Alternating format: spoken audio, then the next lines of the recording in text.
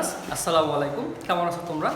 স্বাগত জানাই আমার আরও একটি ক্লাসে, যেখান থেকে আমরা অনেক স্মার্ট ইংলিশ শিখি এবং অ্যাডভান্স ইংলিশ শিখি। আজকে আমরা কিছু স্মার্ট ফ্রেজ শিখবো, যেগুলো আমাদের স্পিকিংয়ের সময় অনেক কাজে লাগে। একটু আমরা বোর্ডের দিকে তাকাই। Advance English, I am ready এর পরিবর্তে আমরা আমেরিকান অ্যাকসেন্টে বলতে পারি অল সেট। কি বলতে পারি? All set.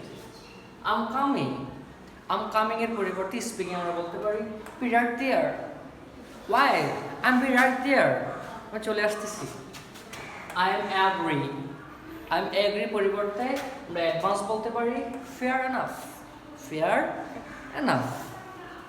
I don't know, I don't know এর পরিবর্তে বলতে পারি I am not sure about that. I am not sure about that. I understand, কোনো বিষয় যখন বুঝতে পারি আন্ডারস্ট্যান্ড, এই প্রচলিত নর্মাল ইংলিশটার পরিবর্তে আমরা বলতে পারি I got it. I got it. I will do it. I will do it এর পরিবর্তে আমরা বলতে পারি I M on it. I am on it. I am sorry, সবচেয়ে বেশি যে শব্দটা ব্যবহার করি আই এম সরি, এর পরিবর্তে বলতে পারি মাই অ্যাপোলজিস। মাই অ্যাপোলজিস। এরকম আরও স্মার্ট এবং অ্যাডভান্সড ইংলিশ শেখার জন্য আমার সাথে থাকো। ধন্যবাদ।